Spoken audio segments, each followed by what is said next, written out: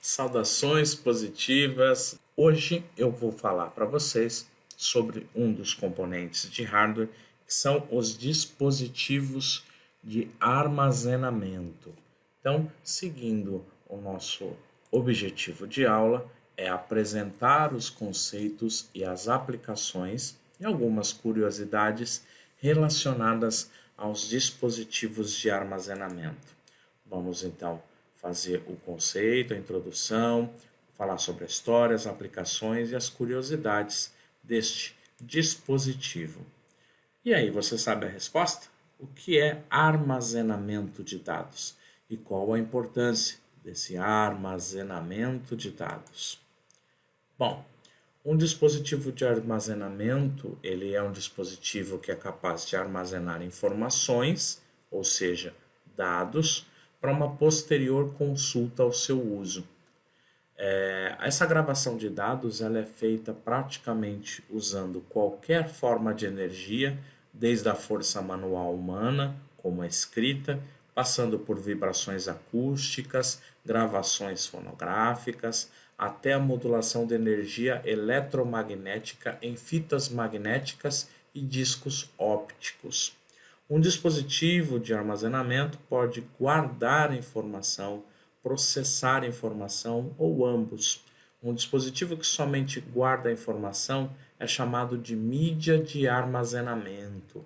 Dispositivos que processam a informação, um equipamento de armazenamento de dados, podem tanto acessar uma mídia de gravação portátil ou podem ter um componente permanente que armazene e recupere esses dados. O que é importante lembrar é que para armazenar as suas informações, eu necessito de um dispositivo. Vamos conhecer alguns dispositivos durante a história da informática.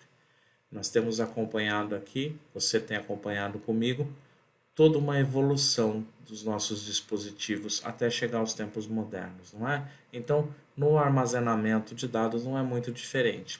Uma das primeiras formas de armazenamento de informação, um dos primeiros dispositivos, foram os cartões perfurados. Esse também é chamado de Punched Card, ou Punched Card da IBM, que foi o primeiro nome, ou Hollerith Card, que foi aproveitado inicialmente por Hermann Hollerith, um grande estudioso da época. Ele era muito pesado, né? Imagina, é muito pesado você levar umas caixas e caixas e caixas desses cartões perfurados.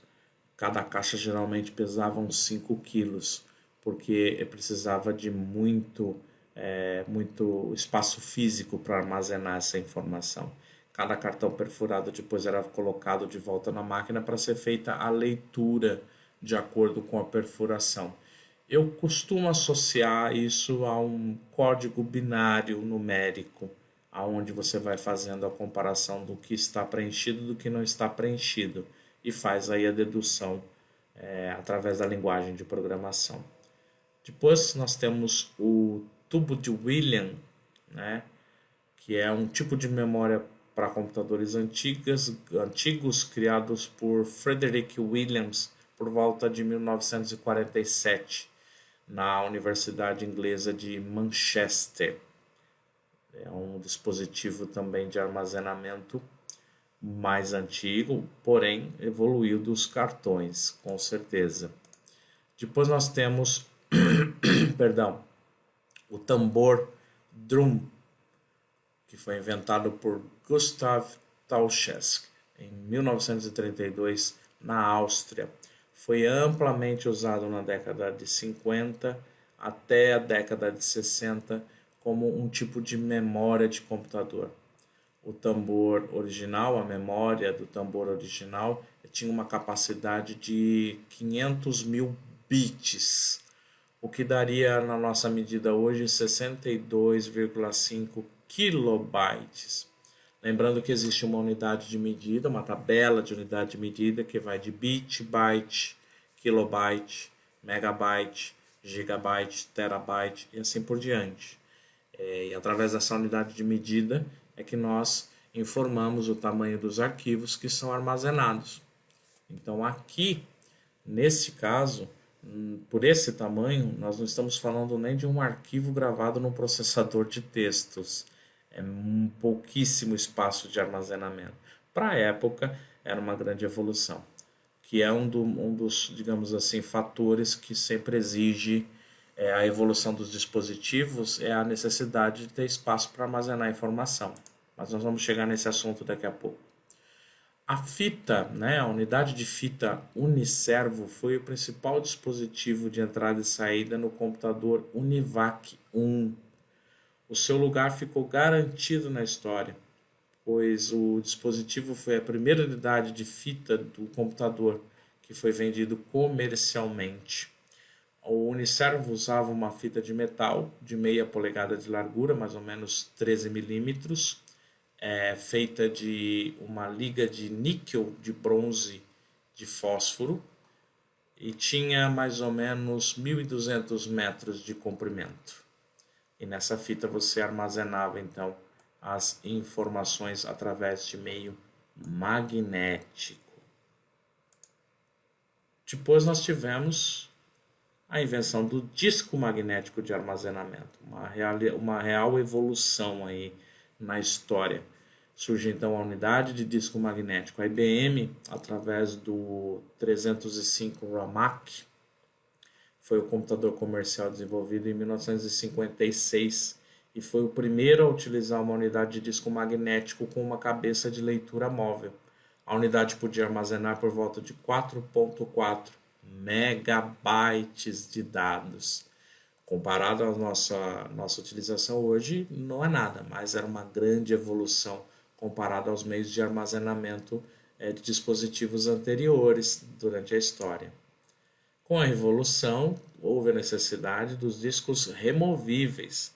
Então, o disquete é o único disco de mídia magnética removível. E os disquetes foram utilizados por muito tempo. O termo disquete, flop disk, significa disco flexível. E nós tínhamos aí 3 modelos padrões para utilização. Geralmente, né, quem pegou aí a história da informática, logo no seu começo, por volta dos anos 80, anos 90, ainda tinha acesso aos discos, né, ao disquete. Você pode não acreditar, mas tanto o Windows que você tem acesso, o pacote Office que você tem acesso, eles já foram distribuídos em disquete. O Windows 95 possuía mais ou menos 25 disquetes para sua instalação. Já o Office chegou a ter 36 disquetes para sua instalação. Nós tínhamos o 3,5 e o 5,1/4. O 3,5 é o menorzinho e o 5,1/4 é o maior. Então, nós evoluímos demais na questão do armazenamento, né?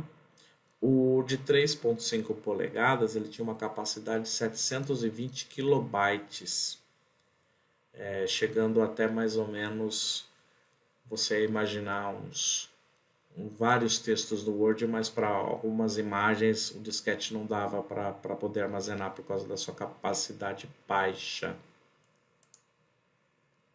A fita de dados, a fita data, ela foi lançada em 1981 pela Sony, foi usada nos meios empresariais para grandes volumes de dados. Ela já conseguia armazenar 1.3 gigabytes de informação. Eram as fitas para poder fazer o backup das informações da empresa. O primeiro sistema de backup que nós conhecemos. Logo em seguida surgiu o famoso CD, né, o Compact Disc.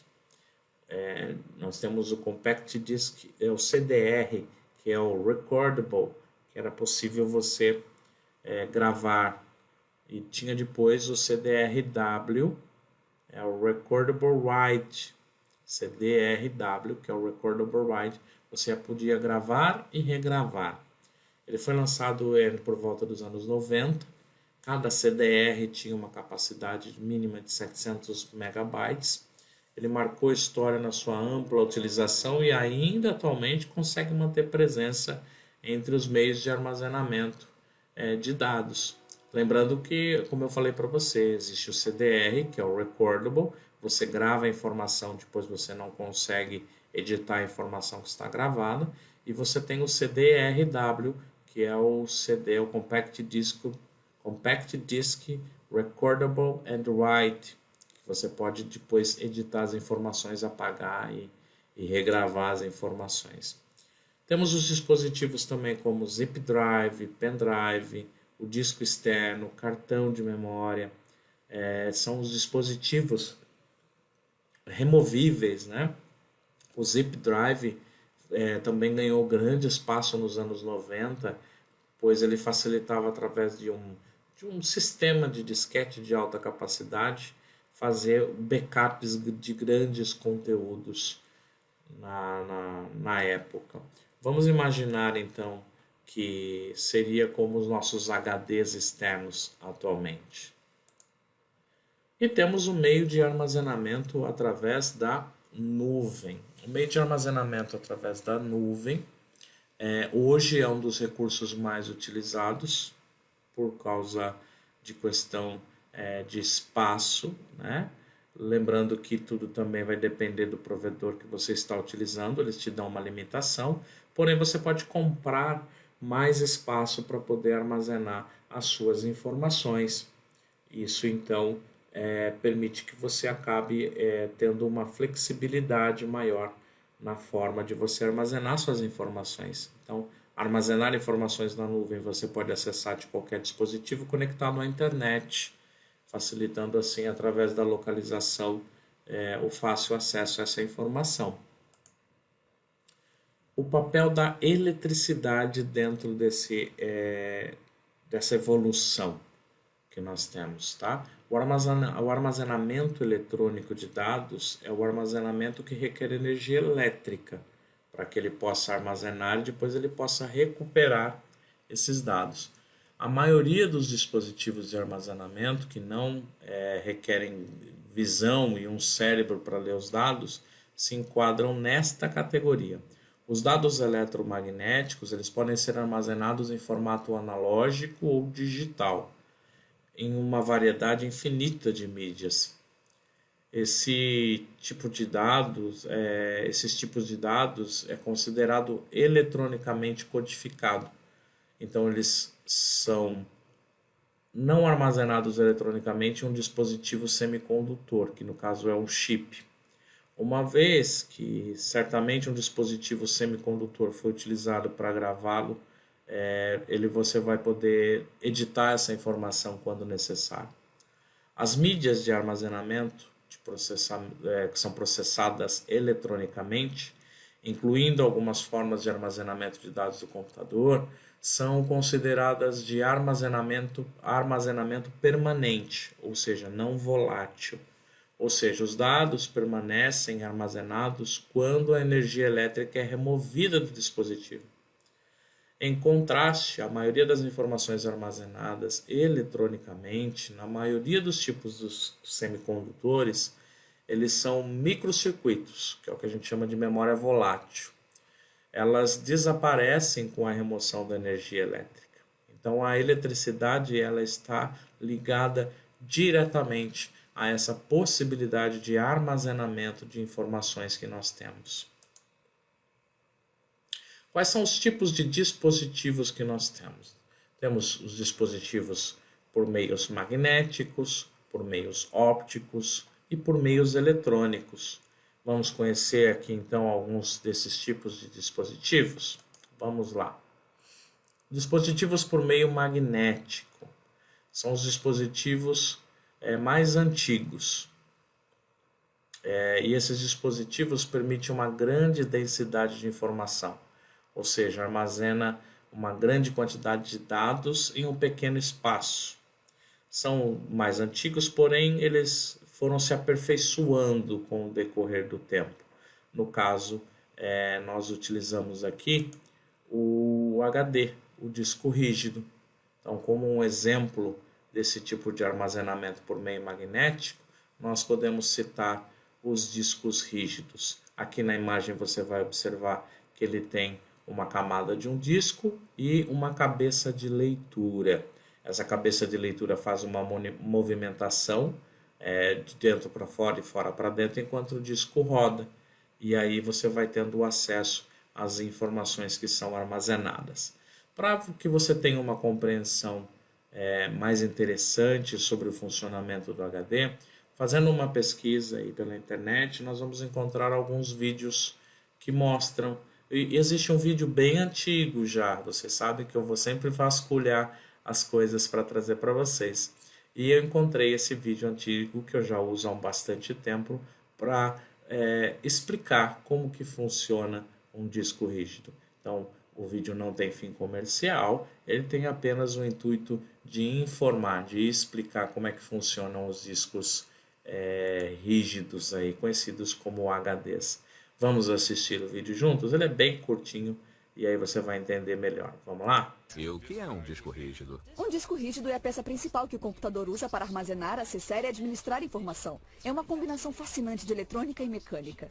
Então, um computador funcionaria sem um disco rígido? Mais ou menos. Mas nenhuma informação poderia ser salva sem um dispositivo de armazenamento. O computador precisa de um disco rígido para acessar as aplicações e armazenar os dados. Você pode me mostrar o que isso quer dizer? Claro, vamos dar uma olhada. Nossa, parece mais um toca-discos maluco. Na verdade é.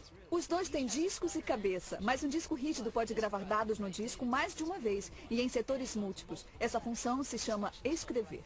Assim como escrever em um pedaço de papel?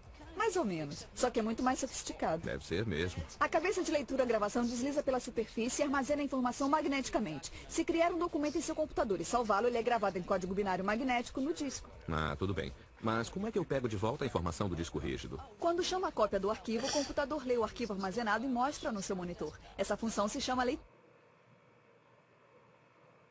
Uma das primeiras coisas que você vai ver é fator de forma. Parece coisa de um filme de ficção científica. É um termo de engenharia que quer dizer tamanho. Os discos vêm em diferentes formatos e tamanhos, dependendo das capacidades e do computador em que serão usados. Ah, tudo bem, até que é bem fácil. Dá pra deixar as coisas nesta página assim tão simples? Posso tentar. Então vai nessa. Vamos chamar um perfil no computador e ver o que acontece passo a passo para podermos definir algumas coisas. Especificações de desempenho se referem à rapidez que um disco rígido lê e escreve os dados. Ah, certo. A primeira coisa que deve notar é que o disco gira. É assim que os dados são armazenados. O disco gira para que a cabeça possa acessar os dados. A velocidade de rotação é medida em RPM. Que é rotações por minuto, essa eu sei. É isso aí. Quanto maior a velocidade de rotação do disco, mais rápido a cabeça pode acessar o setor onde a informação está armazenada. A maioria dos discos gira em 5.400 ou 7.200 RPMs. A Seagate é líder em inovação de velocidade de rotação. Ela foi a primeira a entrar no mercado com discos de 7.200 RPMs. E mais recentemente, os novos discos Cheetah. Essas belezinhas giram a 10.000 e a 15.000 rotações por minuto. Isso é coisa beça. Sabe, se as rodas do meu carro girassem desse jeito, meu carro ia andar numa velocidade de quase 1.200 km por hora. É, mais ou menos. Vem cá, que termos técnicos são esses aqui no guia de vendas, como tempo de acesso e taxas de transferência?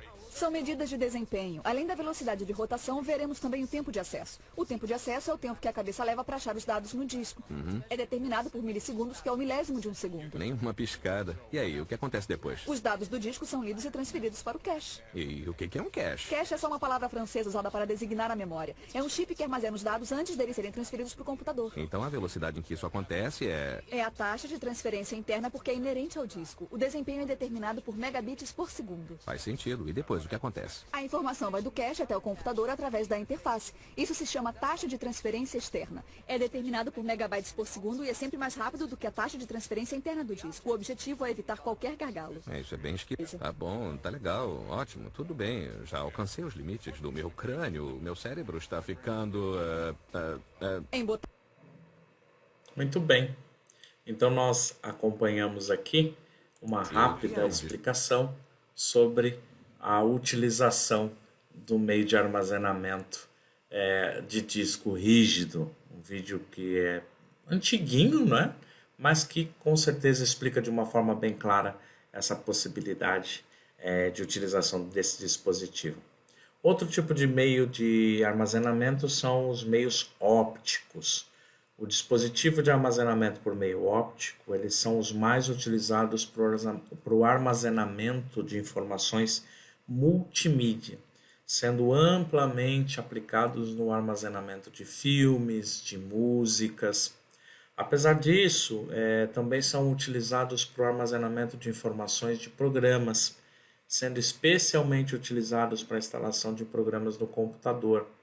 Exemplos desses dispositivos são os CD-ROMs, CD-RWs, DVD-RWs, DVD-RWS, tá? São os RWs, perdão, são os dispositivos graváveis e regraváveis. Hoje você está acostumado com uma tecnologia de acessar a internet, pesquisar ou ir até o site do fabricante de um determinado software e fazer um download. Nós utilizamos a internet como um recurso de maior facilidade, porém, nós, há alguns anos atrás, tínhamos que comprar os DVDs ou os CDs desses aplicativos para poder fazer a instalação deles nas máquinas.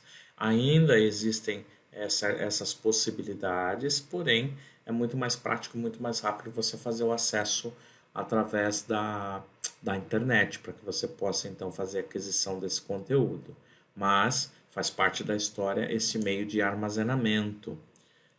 Como é que funciona esse processo de gravação e leitura, né? As informações ela se dá por meio de um feixe de laser de alta precisão que se projeta em cima da superfície dessa mídia. A superfície da mídia é gravada com sulcos microscópicos capazes de desviar o laser de diferentes direções, representando assim essas diversas informações através dos dígitos binários, que são os nossos bits. A gravação das informações de uma mídia óptica, ela necessita de uma mídia especial. Então a superfície deve ser feita de um material que pode ser queimado pelo feixe de laser do dispositivo de armazenamento, criando então os sulcos que representam os dígitos binários. Então é um processo do laser queimar um determinado ponto, e através dessa queima desse determinado ponto é que nós temos aí então o armazenamento dessas informações. Um outro meio de armazenamento é o meio de armazenamento eletrônico. Esse tipo de dispositivo de armazenamento ele é mais recente e oferece uma evolução maior nas perspectivas de desempenho e na capacidade de armazenamento das informações. Essa tecnologia ela é conhecida como memória de estado sólido, que é o famoso SSD, Solid State Drive. Por não possuir partes móveis, apenas os circuitos eletrônicos que não precisam se movimentar para ler, então não tem essa necessidade de objetos mecânicos para fazer leitura e gravação das informações. Os dispositivos de armazenamento por meio eletrônico, eles podem ser encontrados nas diversas aplicações, como o pendrive, cartão de memória para câmera digital, ou cartão de memória para celulares, né? Mesmo os discos rígidos possuem uma certa quantidade desse tipo de memória, que é chamada de buffer. Então, os meios eletrônicos de gravação estão aí presentes como uma das grandes formas de possibilidade de armazenamento. E nós temos então como meios eletrônicos de gravação, qual é a vantagem? É o tempo de acesso muito menor que os dispositivos por meio magnético, porque ele não tem partes móveis. O principal ponto negativo dessa tecnologia é o custo, que é muito alto ainda.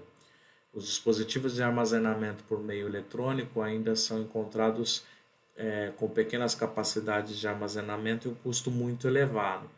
Porém, a evolução com certeza faz com que você terá equipamentos com maior capacidade e com o passar do tempo você vai ter um preço mais adequado. A gravação das informações nesse tipo de dispositivo é feita através de materiais que são usados na fabricação dos chips que armazenam essas informações. Para cada dígito binário, para cada bit que vai ser armazenado nesse tipo de dispositivo, existem duas portas feitas de material semicondutor, que é a porta flutuante e a porta de controle. Entre essas duas portas existe uma pequena camada de óxido que quando carregada com elétrons, ela representa um bit, que seria o número 1. E quando está descarregada, ela representa o bit 0. A tecnologia ela é semelhante à tecnologia usada nas memórias RAMs, que é uma memória do tipo dinâmico, Random Access Memory, memória de acesso randômico, mas pode reter essas informações, no caso, esses dispositivos, diferente da memória RAM. E essas informações são armazenadas por uma grande quantidade de tempo. Por isso que esses dispositivos não é considerado uma memória RAM propriamente dita. Você não pode dizer que esses dispositivos sejam uma memória RAM. E aí eu trouxe para você aqui, acompanhar comigo, o videozinho que a Intel faz um comparativo entre um disco rígido, convencional, um disco magnético e um disco SSD. Quais são os benefícios, quais são as características que vão predominar a partir de agora nos discos SSD. Você comprando principalmente notebooks, eles já vêm com uma parte um HD que possibilite o armazenamento SSD, e você também pode ter um HD mecânico. Então, a Intel aqui ela vai mostrar para a gente esse pequeno comparativo.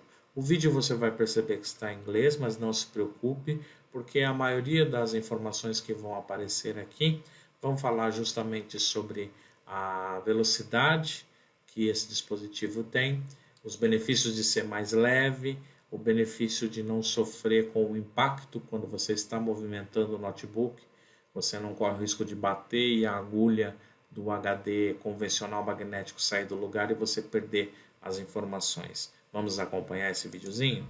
Vamos lá. Does your computer feel surprisingly slow at times, despite the fact that it really isn't that old? Does it seem like it takes forever to boot, load applications, and access large data files? If so, there's a good chance that the hard disk drive inside your computer is holding you back, and an Intel solid-state drive could help you unlock your PC's true potential. The hard disk drive stores and retrieves data from a spinning platter using a moving arm. This movement adds time to data requests, while the mechanical nature of the technology increases the potential for drive failure. What makes an Intel SSD better? An SSD stores data on solid-state flash memory with no moving parts, which means it's both faster and more reliable than a typical hard drive. In fact, after upgrading to an Intel SSD, you might even feel like you have a whole new PC, as you experience dramatically faster boot times and application response. Plus, SSDs are rugged and reliable, running silently with low power consumption, which helps prolong battery life for laptops and other mobile devices. Intel manufactures industry-leading NAND flash memory and runs exhaustive product testing and quality assurance to deliver revolutionary storage speed and reliability, backed by up to a 5-year product warranty.